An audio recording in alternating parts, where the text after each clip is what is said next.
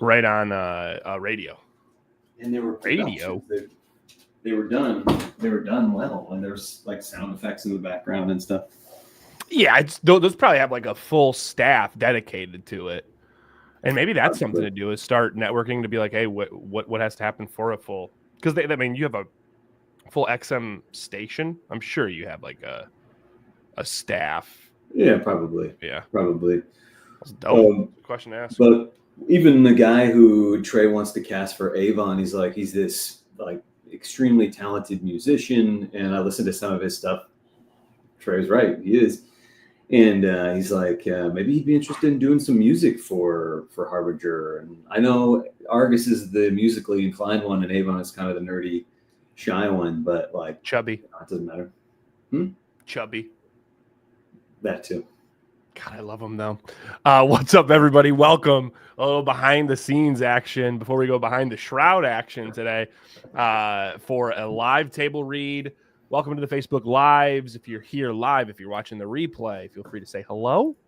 We're going to be doing I believe chapters 22 to 20 through 26 today. 22, 23, 24, 25, and 26. Today, we are getting to a point. There she is. What's up, Saw? We're getting to a point of Jorunn heading to the gallows. Matt will kind of fill us in just a second here, so feel free to come ask us questions about whether it's the book, if you're reading along, ask us questions about what Unfound Adventures is up to, because as of now, it's a lot. We have children's book we're working on. Children's book characters Evan is creating. We are doing school visits. We are now doing a 3-part school visit to teach storytelling, like the power of storytelling and letting young kids create their own stories. We have a TEDx talk coming up, and there was like one other big thing. I mean, anything I'm missing? And we got Katie here, so that's huge. Hello, Katie. I don't think you're missing anything. Howdy. Hey, how's Ohio? Wet. Yeah. It was wet yesterday here. We couldn't go to a park with Keith, but it's getting drier, which is nice because like that kid this time of year, it's just outside nonstop. God damn. Can we acknowledge that Katie's definitely doing some marbles tonight? Is that why you're all dressed up? It is not marbles, but I do have my first cam stream tonight because we hit a bunch of sub goals. So, yeah, I'll ask that question for you, Matt. Cam goals.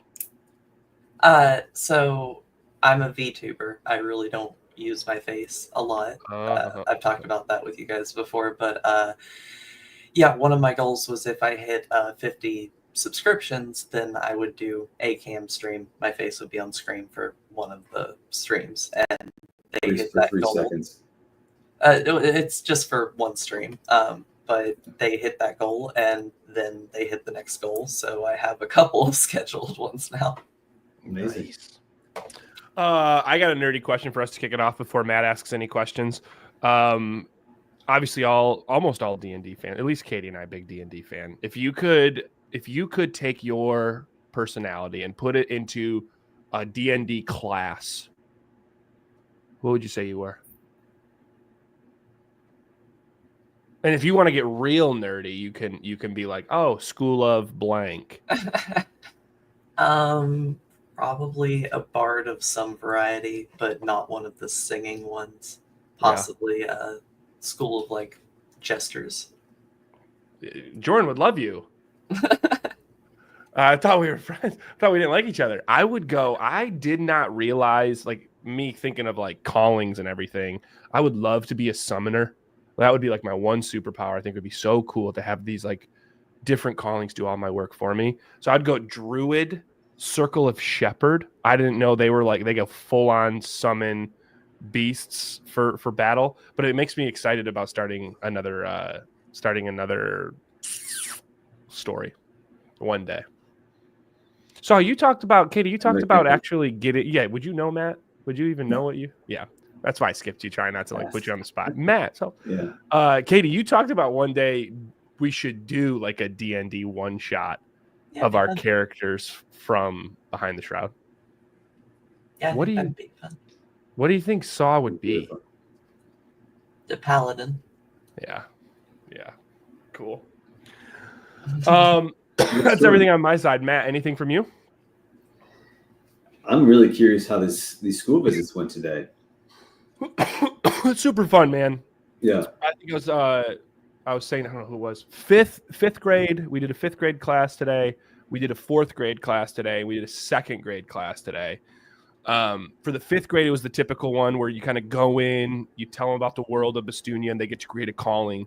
And again, the cool thing about this is I went to this school last year, and I'm like, does anyone remember me? And they were all like, yeah, we're already on book 3. We're so excited. We love this stuff. And I'm like, really? So they like knew all the paths. They're like, I was a builder last year, but I want to do a defender this year. So that was really cool. But the 4th and 2nd grade, I had never spoke to before. They were really pumped about it.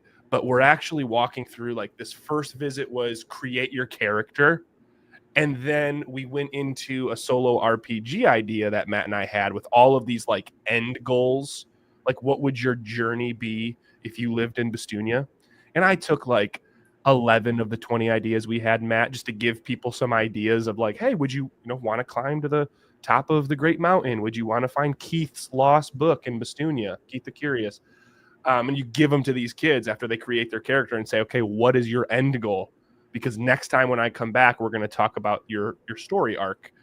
And we're going to have just 4 parts of their story, right? Set the scene. We're going to call it the spark, because I don't know if inciting incident really hits for 4th graders. So set the scene, the spark, roadblocks, and then the big finish.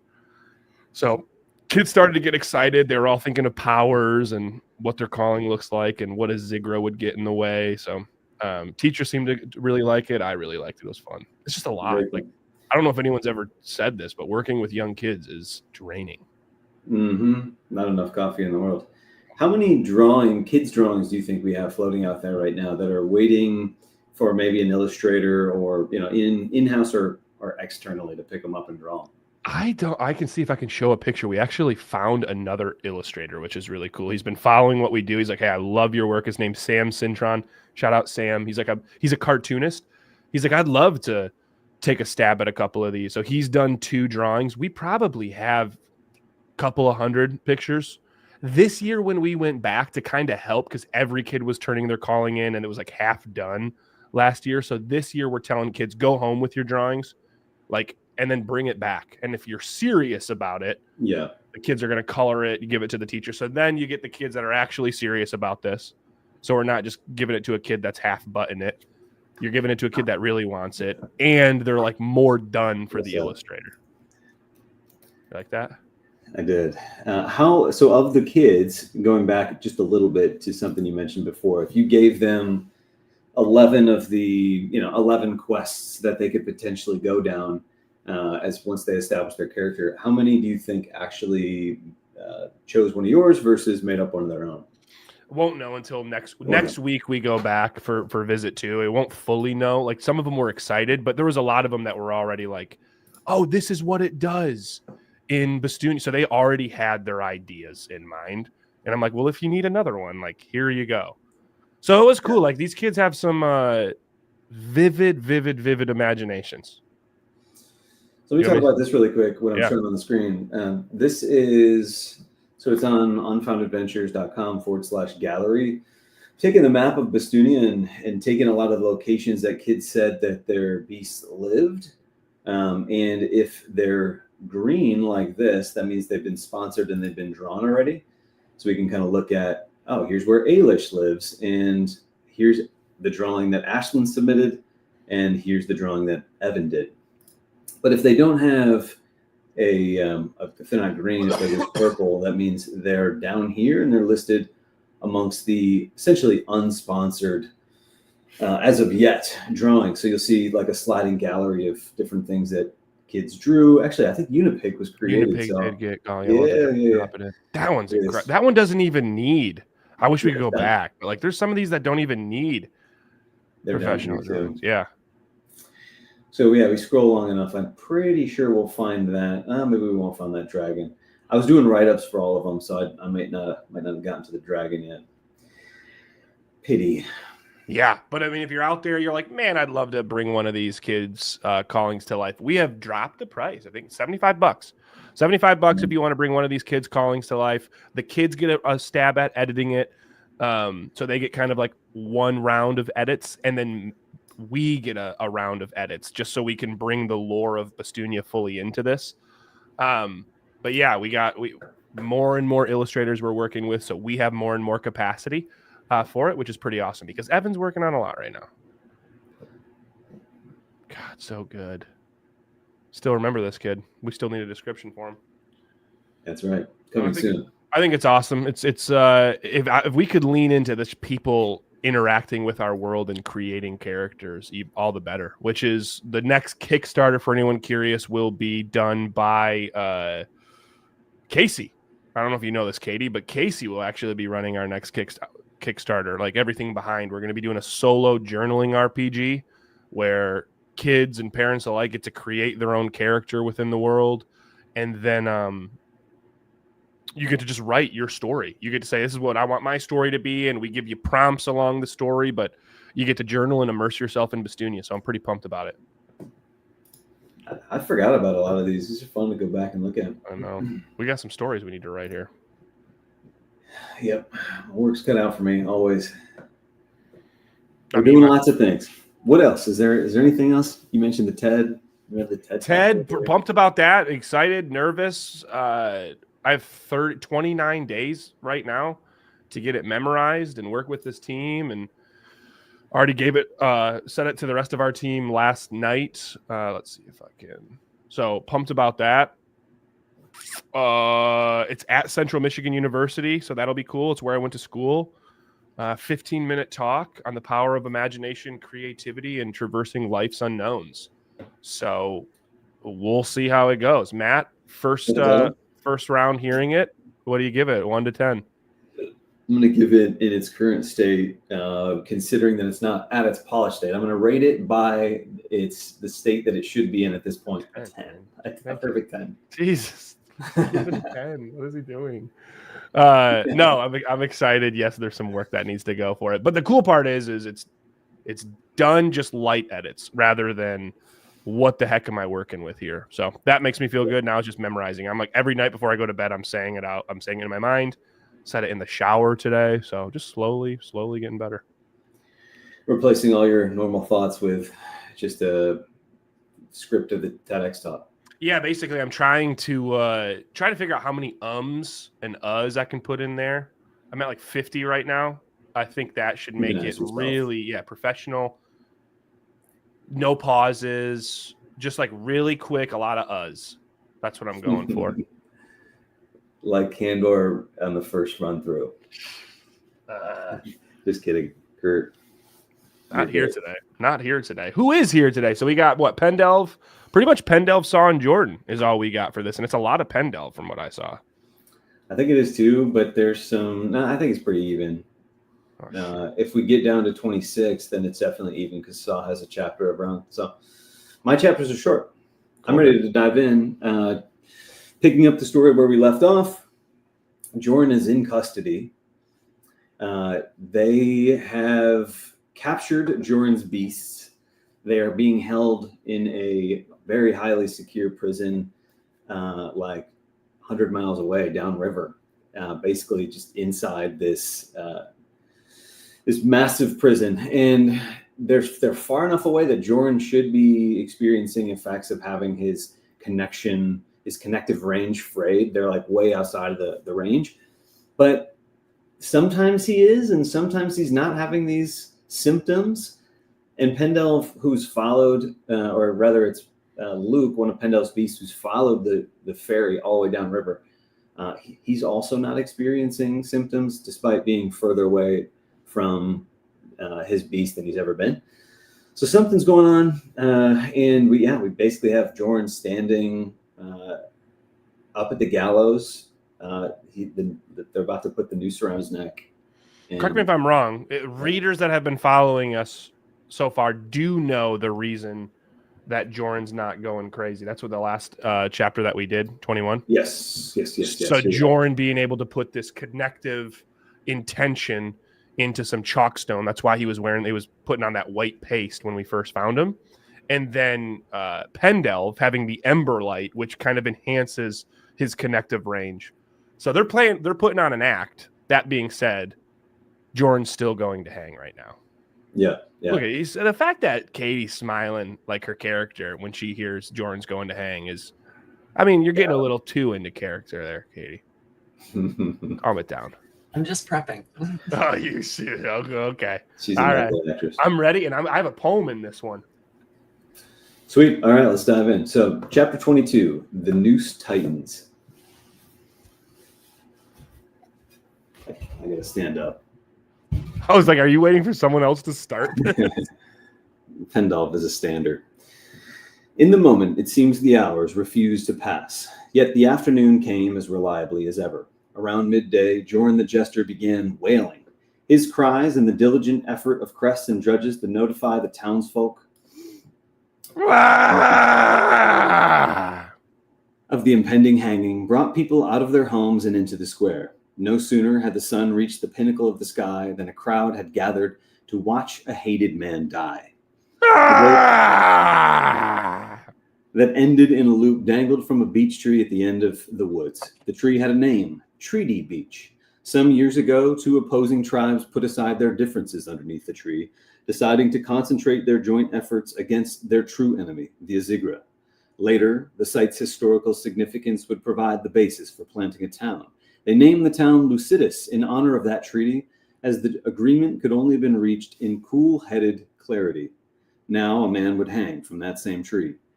Pendelve looked out at the crowd and saw not a single soul, appreciating that irony.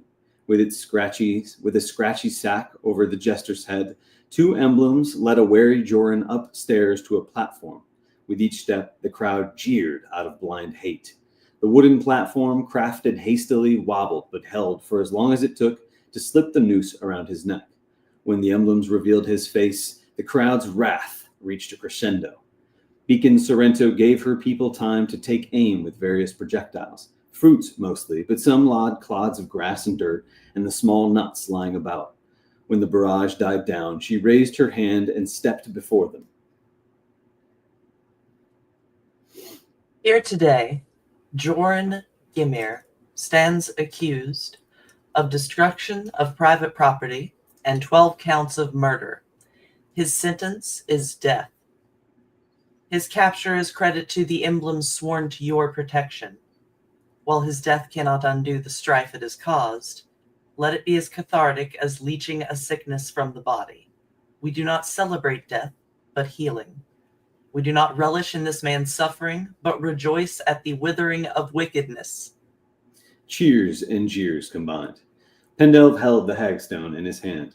At the mention of leeching, he raised it to his eye. The crowd appeared through the portal as a wildfire.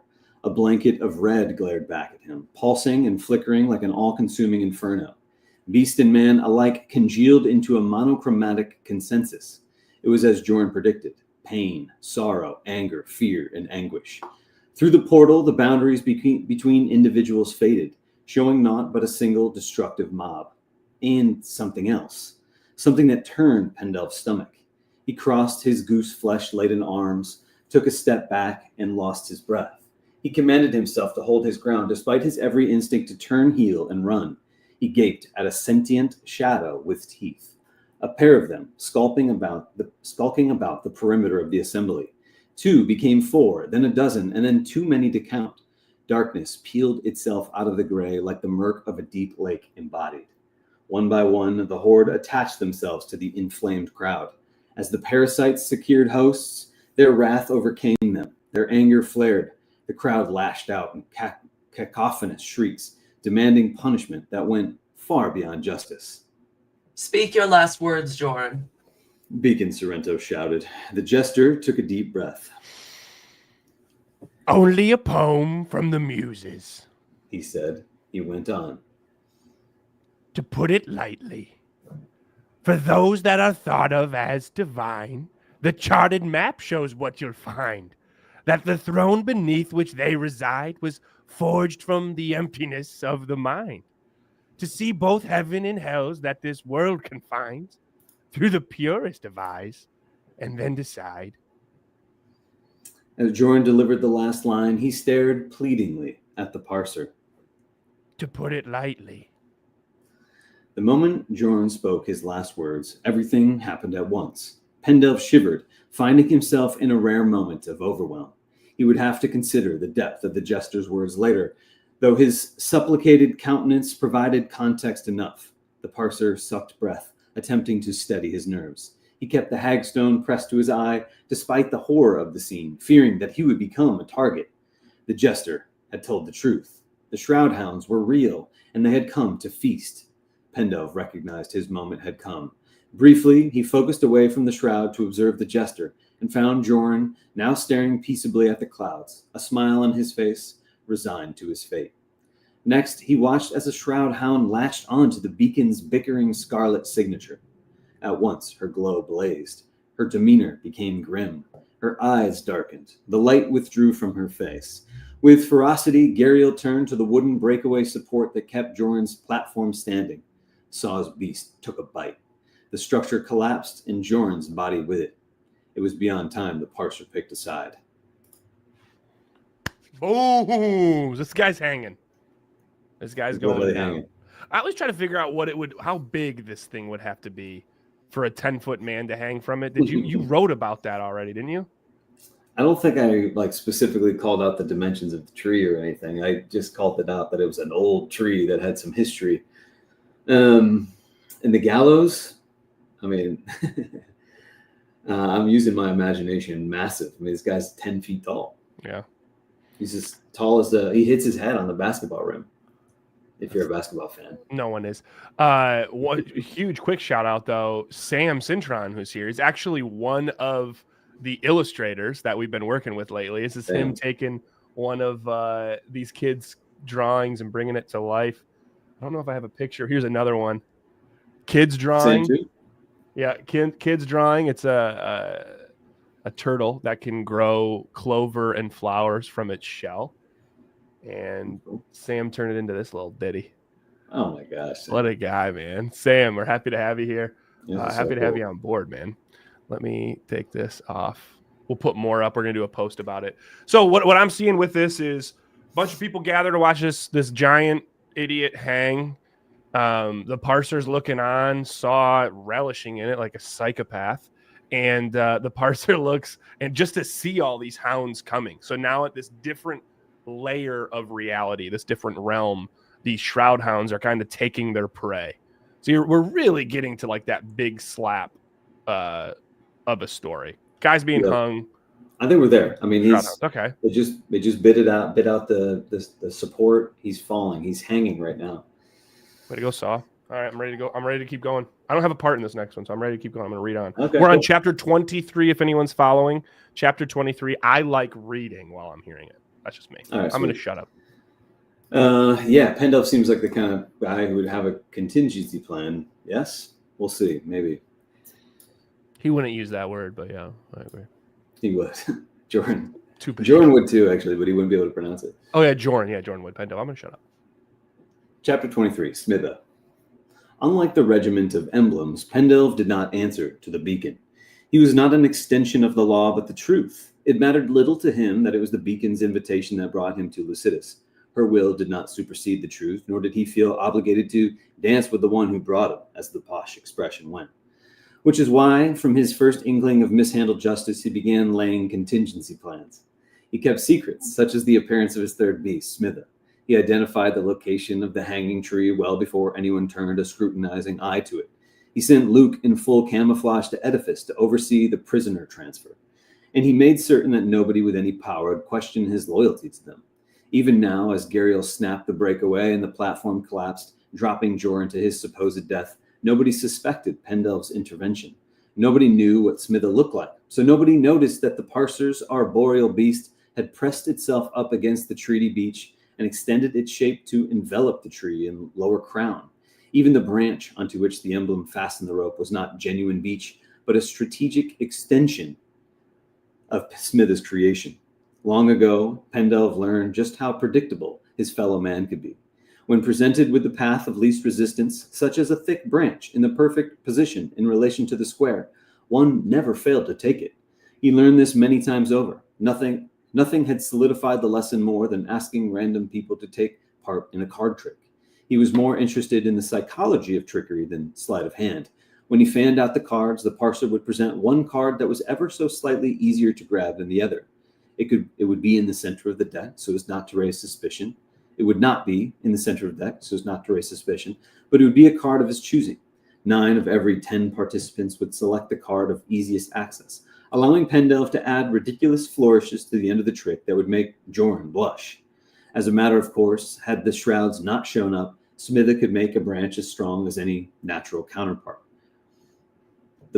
The point was not to thwart justice, but to sustain truth. Suddenly, Pendelve found his mission aligned with Jorunn's, to clear the Jester's name and to prevent any unnecessary casualties in the process. Smitha, using its mastery of external creation, crawled a vine in spiraling loops down the rope. The vine extended down the back of Jorunn's ratty shawl, around his shoulders, around his arms, where it hoisted the bulk of his immense weight off of his neck. Though he could breathe again, the Jester kept up appearances. Before Pendelve transferred his consciousness out of Smitha and into Luke, he took a moment to reflect. The Jester's plan to use himself as bait worked, but it did have one glaring fatal flaw. If not for the parser's intervention, by now he would be dead. Just like he wanted, just like he expected. So basically we have, hopefully you're cool with it, Matt, because I'm coming in with like layman's terms of what I'm reading at the end of each chapter that you've worked very hard on. So we have, obviously, when people have callings, this callings can one or two of 9 different masteries, right? You can typically have 1 mastery. Some people awaken a second. We know a lot about Chugash, Pendelve's 1 calling, big wolf/elk. Then we know Luke. Well, you're going to show him. We know Luke, his explorer calling, perfect camouflage. Smitha we've seen less of, and I think this is where Smitha makes its big play, being this part tree, pretty much a tree, an arbor-like calling that has the ability of internal and external creation. So being able to grow, I think a Groot when I think of Smitha, being able to grow more like limbs, being able to extend limbs, anything tree-like wood, Smitha has at its abilities. So what Smitha's done here is take part of this hanging tree, and instead of now hanging the man, Smitha has. Do we know exactly what Smitha's doing? Yeah, sent a vine down the rope and supported his weight, so it doesn't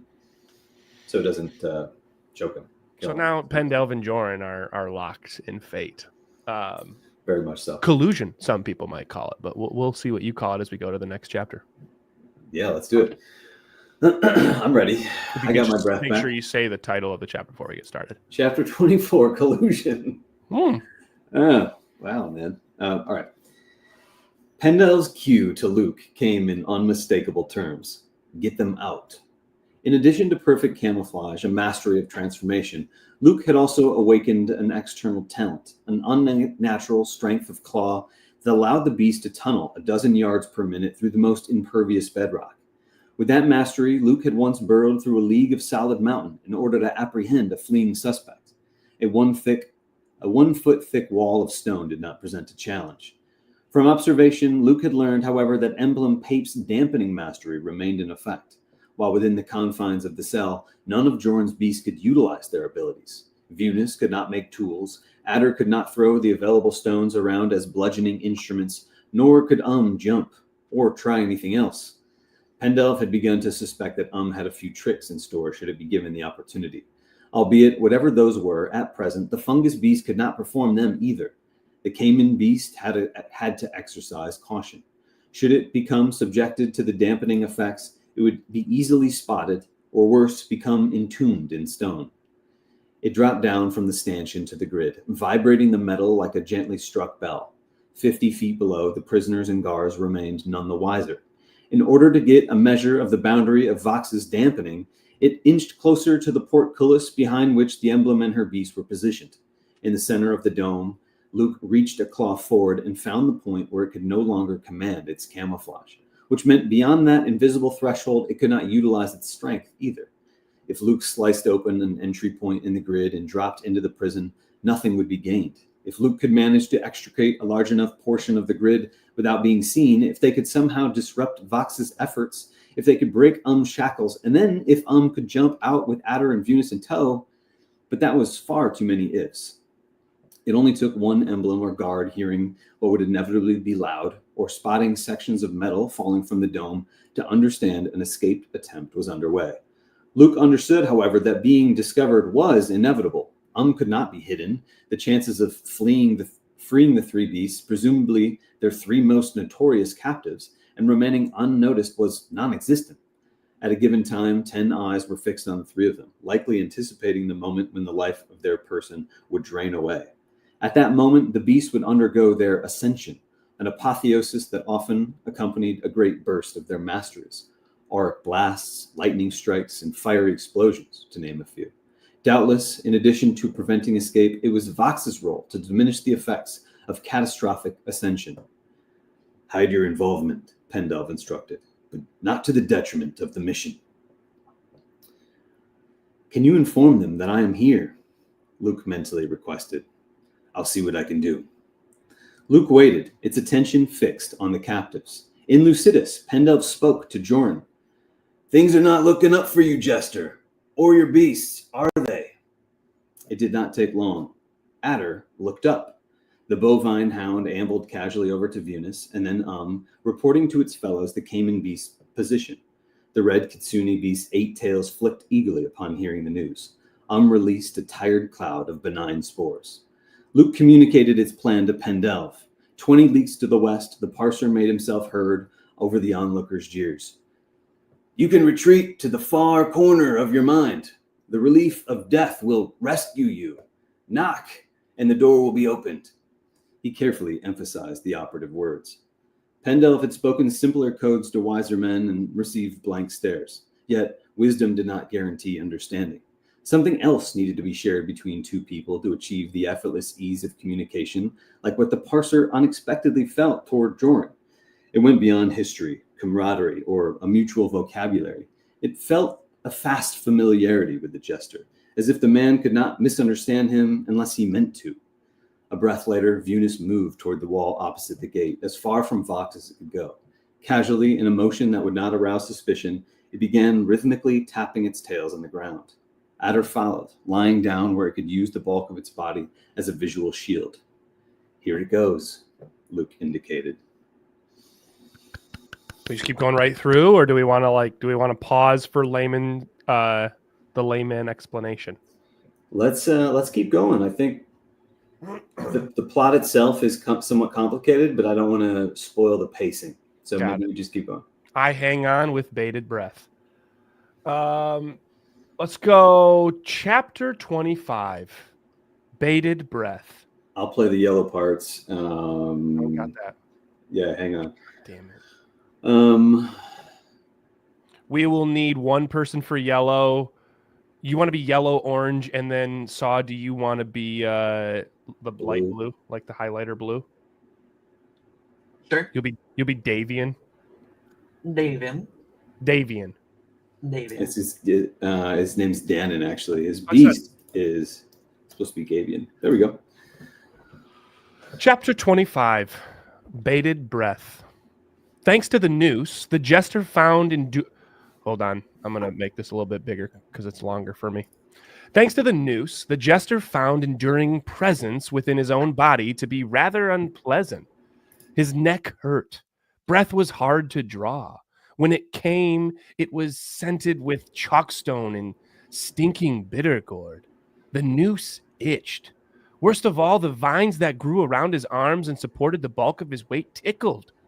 He would have some choice words for the parser when it was all said and done. Out of necessity, he transferred his attention into one of his beasts.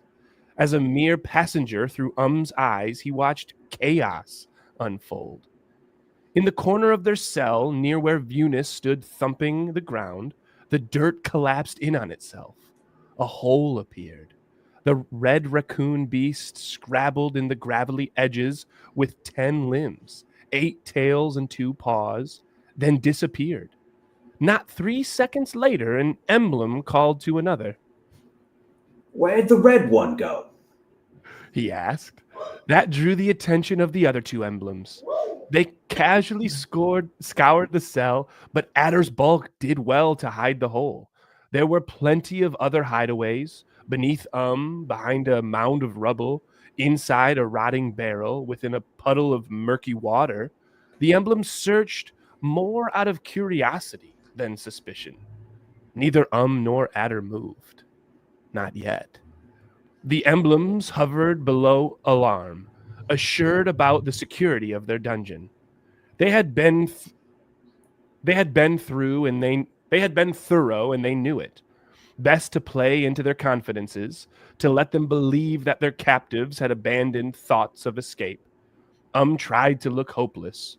The beast was quite proud. It believed that it was the picture of pathetic. Had any of the emblems studied the beast in that moment, they would have seen tragic penitence. Penitence? They would have seen tragic penitence. Is it penitence? Penitence. They would have seen tragic penitence.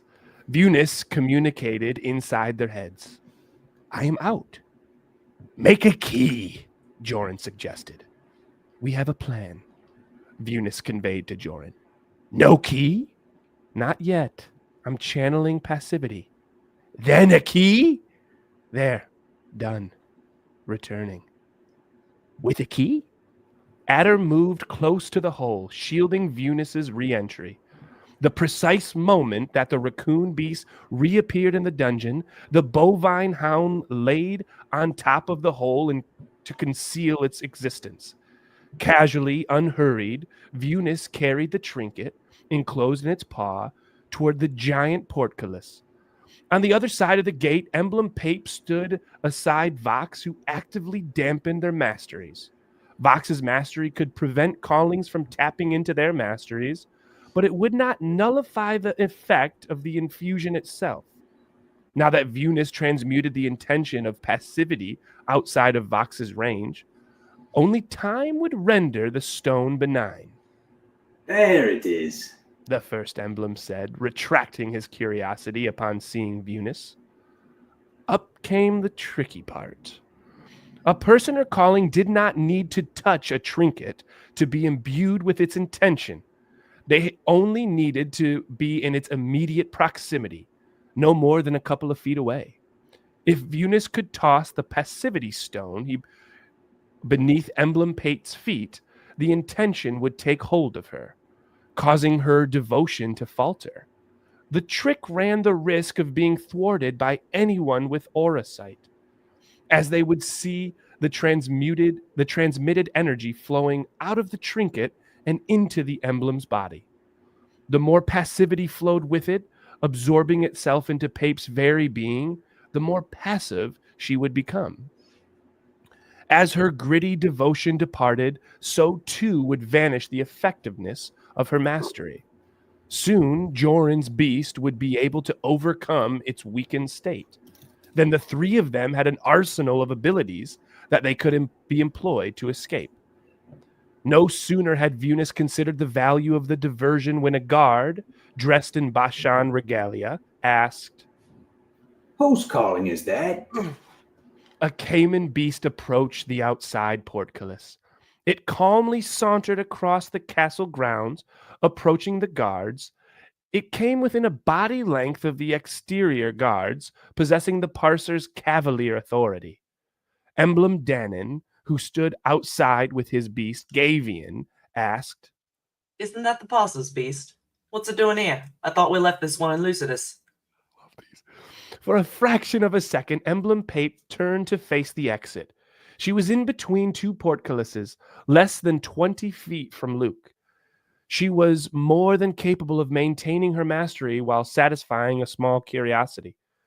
She had no reason to suspect that the many-tailed raccoon beast spent a few precious moments outside of her perimeter. Venus seized its opportunity. The fresh trinket skittered to a stop beneath the emblem's feet. They underestimated its power. The effect was not calm nor gradual. The effect was instantaneous. So quick, in fact, that the parser's beast was caught unaware. From inside the cell, watched as Luke, who habitually engaged perfect camouflage, but which should have been dampened, vanished into thin air. Hey?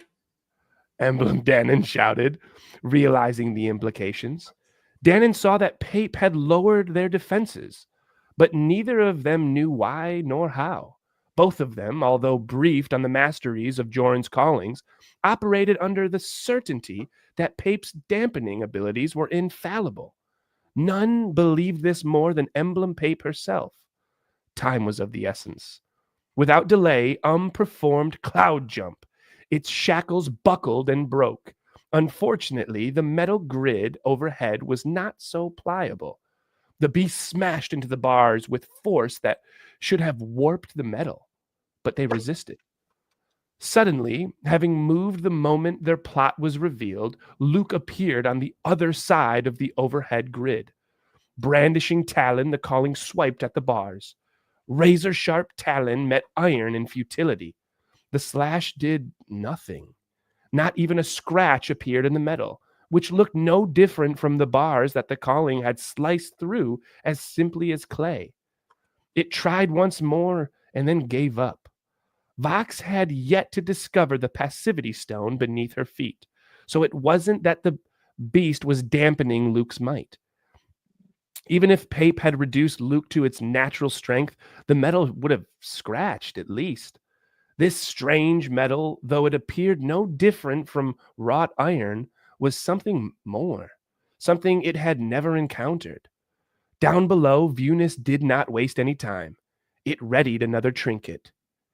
Is that a key? 2 keys, made of stone. Less than 20 seconds had passed since Luke had vanished, cluing the guards into Emblem Pape's passivity. Adder had yet to make its presence known, but the time had come. With a show of precision, Adder oracally navigated the stone keys into their respective locks, one for each portcullis. Who's Emblem Dannon? Oh, yeah. Sorry, it should be blue. That. Emblem Dannon snarled, pointing at the trinket laying beneath Pape's feet.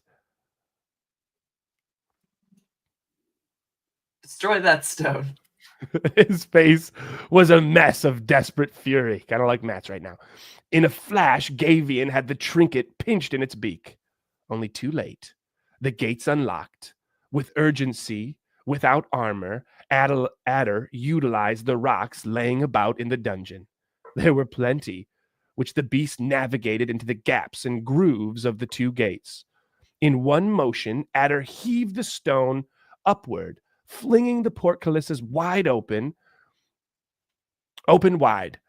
Of one mind, the 3 beasts smelled freedom. They took advantage of the chaos, charging violently through a cloud of dust, barreling through the company of emblems and Bashan guards into the open air of the castle grounds. Before the guards could make sense of themselves, clasped Adder in one hand and Venus in the other. Luke leapt onto the fungus beast's broad-headed head just in time to be launched into the clouds. They skyrocketed upward, dragging the severed chains of shackles, which jangled in the wind. At the top of their arc, head contorted, billowed, and sent the 4 beasts hurtling back toward Lucidus. Whew. Great job, me. Great job, me.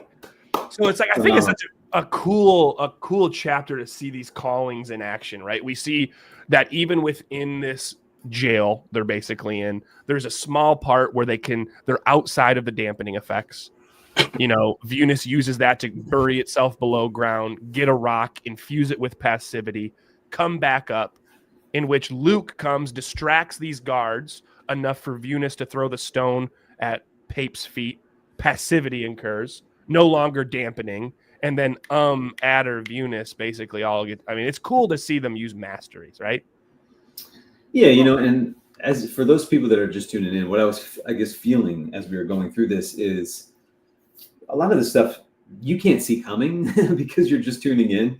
Definitely would, if you're enjoying listening, like pick up the book and read it. Like a lot of these things are nice call to action.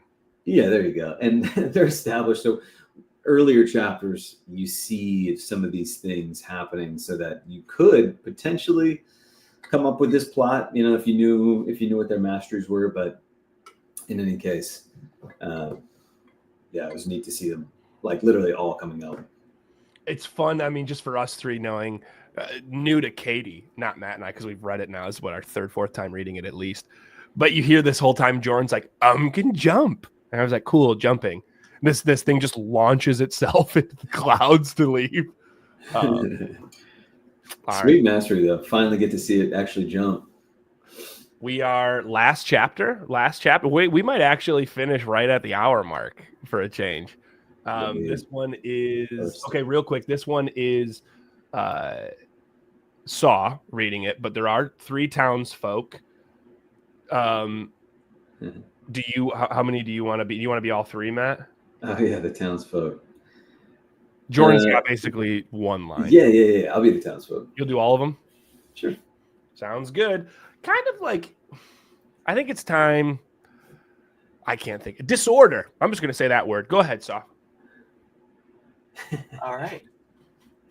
Jorunn died too slowly. You didn't say the chapter title. You did. I know that was 26. Disorder was Saw, townsfolk 1 through 3, and Jorunn. Jorunn died too slowly. Saw should have known that his neck would be just as stubborn as the rest of him. For as long as she had known him, since drudgery, he had taken to an irritating liking to punishment. As kids, he infuriated their betters. Nothing could be done to him that he did not take in stride with a smile.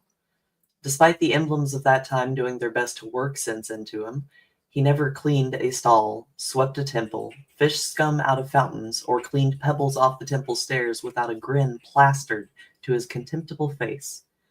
Saw had forgotten about this quirk of his, and now found herself on the receiving end of his torment. To have the gall to smile after everything he had done. To not have the good sense to make a show of his guilt. He had turned himself in, after all, and allowed his beast to be taken captive. Wasn't that the admission of guilt that he could not muster with his voice?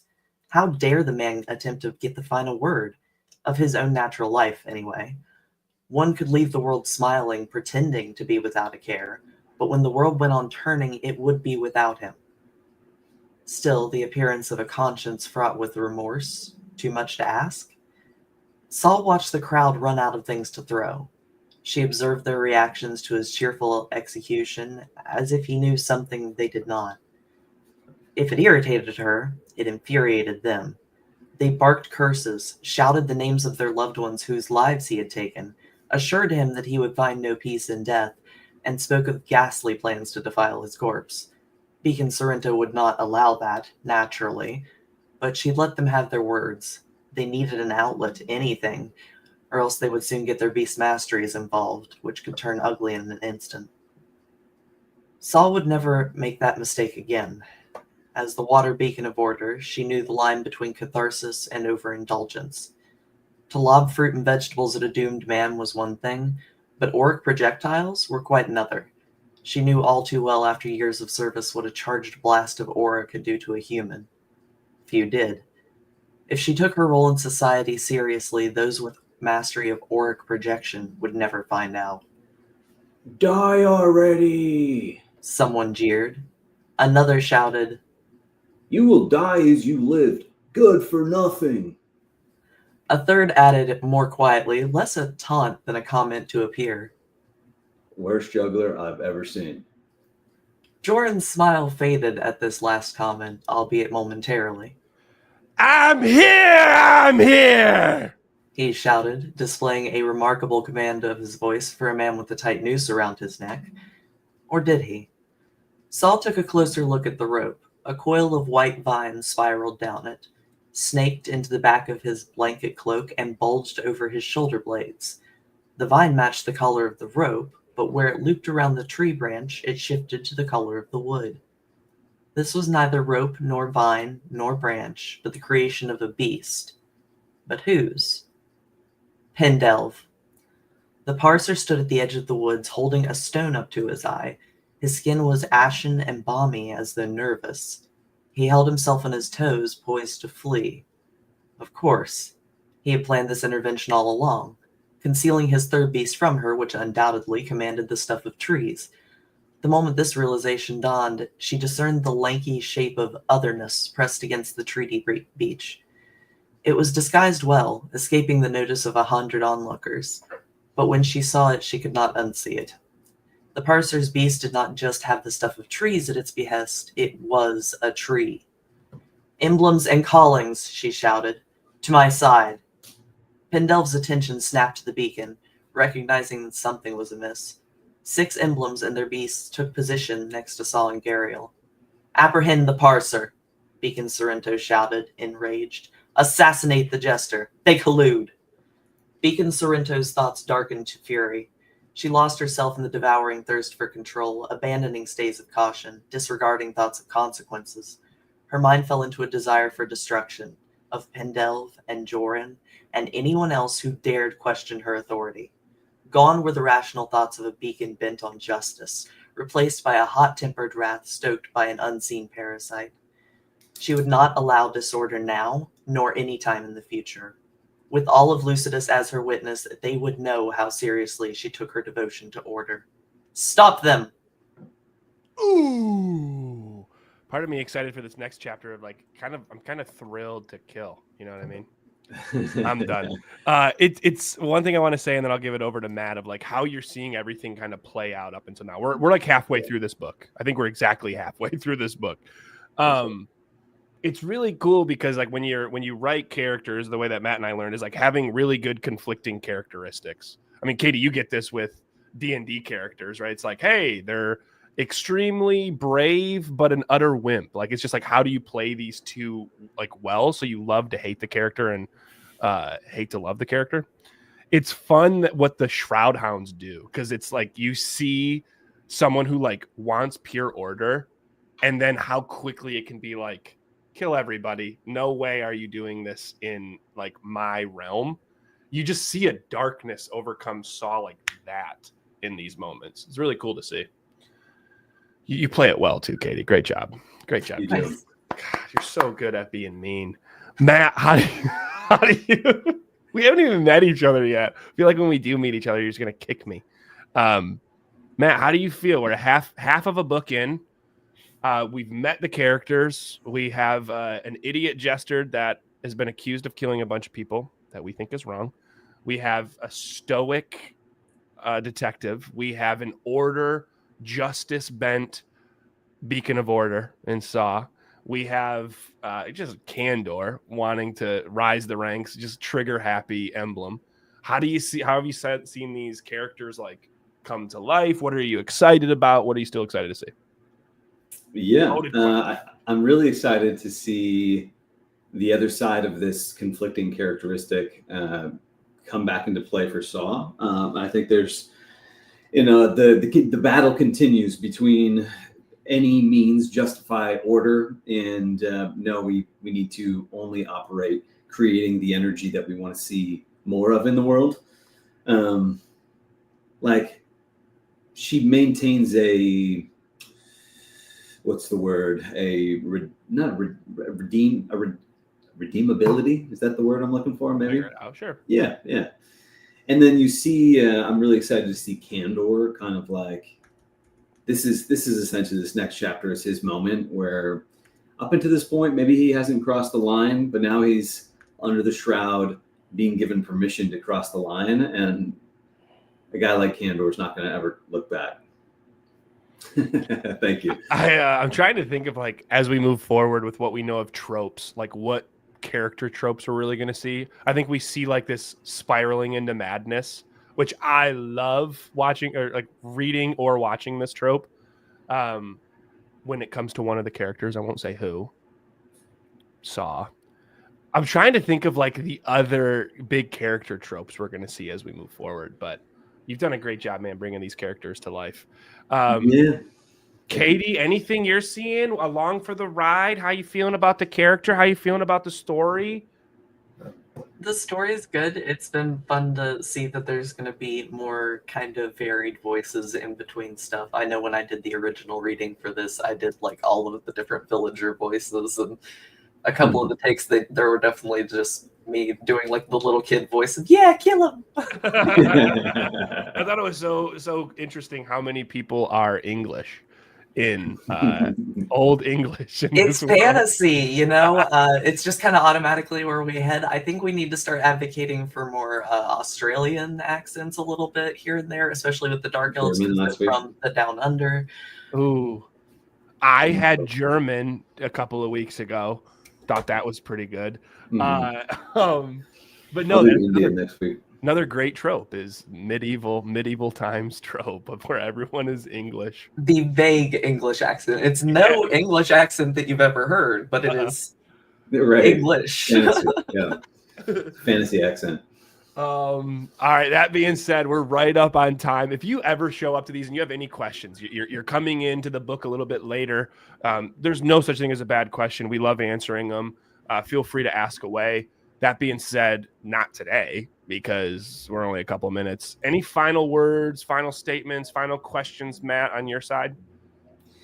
Yeah, I want to make sure that people are enjoying these to the best of their ability. Frankly, I will send you the document where you can follow along and you can catch up. But books on Amazon for like $10-15. So grab her.